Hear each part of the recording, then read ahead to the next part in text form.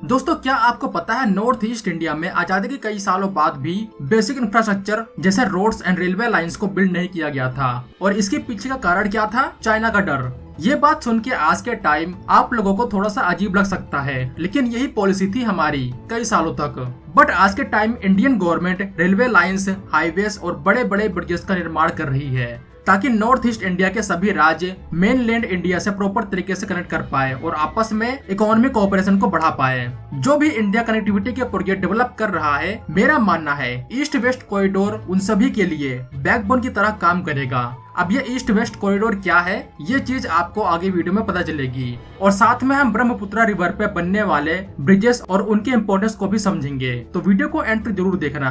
दोस्तों, 1962 का India China war जिसकी किसी ने उम्मीद नहीं की थी, क्योंकि इससे पहले इंडिया और चाइना की दोस्ती के किस्से बहुत मशहूर थे। अब उसका एग्जाम्पल है ये नारा, हिंदी चीनी भाई भाई, जो कि उस टाइम बहुत फेमस हुआ था। जिस तरह से रिश्ते थे इंडिया और चाइना के, उससे इंडिया के policy makers, security agencies almost पूरी तरह से श्योर हो गई थी कि चाइना हमारे लिए खतरा नहीं है। बट 1962 में ये परसेप्शन इंडिया का पूरी तरह से चेंज हो जाता है। अब मैं यहाँ आपको इस वॉर के बारे में पूरी डिटेल इन्फो तो नहीं बता पाऊंगा, क्योंकि वीडियो फिर किसी और डायरेक्शन में चली जाएगी।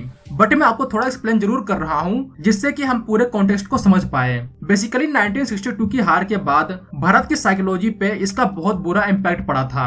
1962 वॉर में चाइना की आर्मी ने इंडिया के बहुत से हिस्से कैप्चर कर लिए थे, इंक्लूडिंग तवांग। तवांग 50 किलोमीटर अंदर है इंडिया चाइना बॉर्डर से। फिर भी चाइना ने तवांग को पूरी तरह से कैप्चर कर लिया था। इसके अलावा चाइनीज PLA और अंदर तक आ चुकी थी। अगर टाइम पे सीज फायर नहीं होता तो ये माना जा सकता है कि वो असम को भी पूरी तरह से कैप्चर कर सकते थे। अब यही इंडिया के लिए बहुत बड़ा टर्निंग पॉइंट था, क्योंकि चाइना ने इंडिया के इतने सारे एरियाज को कैप्चर कर लिया था, वो भी बिना किसी इंफ्रास्ट्रक्चर के। ना तो हमने किसी रोड्स का निर्माण किया था और ना ही ब्रिजेस का, न टनल्स का, ना ही रेलवेज का। फिर भी चाइना इतने अंदर तक आ गया था। और अगर ब्रिजेस, रोड्स का निर्माण हुआ होता तो इससे ये माना गया कि चाइना उसका यूज करके बहुत से और एरियाज को कैप्चर कर सकता था। तो इंडिया के पॉलिसी मेकर्स के अंदर एक डर बैठ गया था कि अगर हम नॉर्थ ईस्ट इंडिया में इंफ्रास्ट्रक्चर को डेवलप करते हैं तो चाइना फ्यूचर में कभी भी इंडिया में एंटर करके इन सभी इंफ्रास्ट्रक्चर का यूज करके पूरे नॉर्थ ईस्ट को कैप्चर कर सकता है। अगर इंडिया कोई रोड्स, ब्रिज या फिर रेलवेज को बनाए ही ना, तो चाइना के लिए पूरे नॉर्थ ईस्ट को कैप्चर कर पाना बहुत मुश्किल होगा।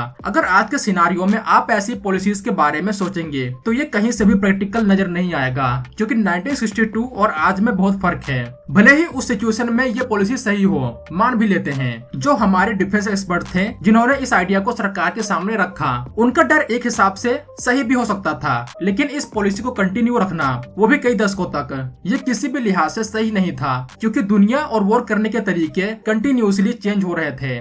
बट फाइनली 2006 वो टर्निंग पॉइंट था जब डॉक्टर मनमोहन सिंह जी की सरकार के अंडर इस पॉलिसी को चेंज किया जाता है। 2006 में भारत सरकार नॉर्थ ईस्ट इंडिया में 73 नए बॉर्डर रोड्स को बिल्ड करने का प्लान बनाती है। इन रोड्स में से कई सारे रोड्स ऐसी जगहों पे बिल्ड होने थे जहां पे इंडिया और चाइना का लाइन ऑफ एक्चुअल कंट्रोल को लेके बहुत ज्यादा विवाद था। 2006 में जो इंडिया ने पॉलिसी अपनाई वो अग्रेसिव पॉलिसी मानी जाती है, बट इस चेंज के लिए भी इंडिया ने धीरे धीरे से बहुत पहले से आगे बढ़ना स्टार्ट कर दिया था। जैसे बोगीबील ब्रिज, जिसकी प्लानिंग 1997 से ही हो रही थी और अटल बिहारी वाजपेयी की सरकार के अंडर 2002 में इसका कंस्ट्रक्शन वर्क स्टार्ट होता है और 2018 में ये प्रोजेक्ट कंप्लीट होता है। हाँ, इसमें बहुत डिले हुआ, वो अलग बात है। इसको आप इंडिया के लिए नॉर्मल बोल सकते हैं, क्योंकि ये अकेला प्रोजेक्ट नहीं था और ना है डिले होने के मामले में। इसके बाद 2003 में एक और बड़े ब्रिज को बिल्ड करने का फैसला लिया जाता है। ये था ढोला सदिया ब्रिज। 2009 में इस प्रोजेक्ट का अप्रूवल मिलता है और उस टाइम माना गया कि इसका वर्क 2015 तक कंप्लीट कर लिया जाएगा, लेकिन कई सारी प्रॉब्लम की वजह से इसमें भी डिले देखने को मिला। बट फाइनली 2017 में इस प्रोजेक्ट को पूरी तरह से कंप्लीट कर लिया जाता है। अब ये सभी ब्रिजेस ब्रह्मपुत्र रिवर पे बिल्ड हुए हैं, जो एक इम्पोर्टेंट नदी है इंडिया के लिए, क्योंकि ये नदी अरुणाचल प्रदेश को अलग करती है और असम को दो हिस्सों में बांटती है। अगर अरुणाचल प्रदेश से नॉर्थ ईस्ट इंडिया के दूसरे स्टेट्स तक हमें कनेक्टिविटी चाहिए तो ब्रह्मपुत्र रिवर को पार करना ही होगा। और ऐसा भी नहीं है कि इंडिया अब इतने ही ब्रिजेस को बिल्ड करके रुक जाएगा, जी नहीं, अभी तो और भी बड़े ब्रिजेस का निर्माण करना बाकी है। दोस्तों, ब्रह्मपुत्र रिवर के ऊपर आज के टाइम 3 बड़े ब्रिजेस के ऊपर काम चल रहा है, जो असम और उसके आसपास के राज्यों की कनेक्टिविटी के लिए इम्पोर्टेंट भूमिका निभाएंगे। जैसे यह है गुवाहाटी नॉर्थ गुवाहाटी ब्रिज, जो 6 लेन का 8.4 किलोमीटर का लंबा ब्रिज है और इस ब्रिज को बिल्ड करने की कुल लागत 2600 करोड़ रुपए बताई जा रही है। ब्रिज का कंस्ट्रक्शन वर्क 2019 में स्टार्ट हुआ था। उसके बाद कोविड की वजह से इसके काम को कुछ समय के लिए रोक दिया गया था, बट आज के टाइम इसका 80% से ज्यादा वर्क कंप्लीट हो चुका है। गवर्नमेंट के अनुसार इस ब्रिज को दिवाली 2024 या फिर साल के एंड तक पब्लिक के लिए ओपन कर दिया जाएगा।